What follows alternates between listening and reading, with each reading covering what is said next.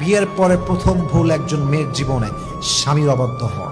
স্বামীর অবাধ্য হওয়ার মতো বড় অন্যায় পৃথিবীতে একজন মেয়ের জন্য সেকেন্ড আর কোনো কিছু হতে পারে না। যেই মেয়ে স্বামীর অবাধ্য, আপনি লিখে রাখেন তার জীবনে সুখ সে কোথাও খুঁজে পাবে না।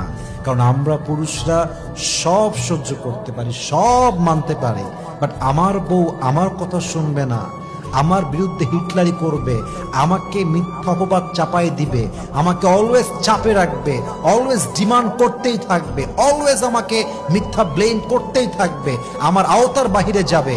আমরা পুরুষরা সব সহ্য করলেও আমাদের সেলফ রেসপেক্টে আঘাত লাগলে এটা আমরা চুল পরিমাণ বরদাস্ত করি না, ঠিক কিনা বলেন? স্বামীর অবাধ্য যে মেয়ে হয়, ওর একুলেও সুখ নাই, ওকুলেও সুখ নাই। আপনি যদি স্বামীর অবাধ্য হন, এই স্বামী আপনাকে তালাক দেবে।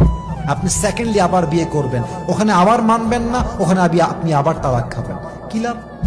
অতএব বিনয়ী হন, স্বামীর কাছে নিজেকে একদম বিলীন করে দেন। স্বামী আমাকে যা বলবে হালাল হলে আমি মানতে বাধ্য, ঠিক কিনা বলেন?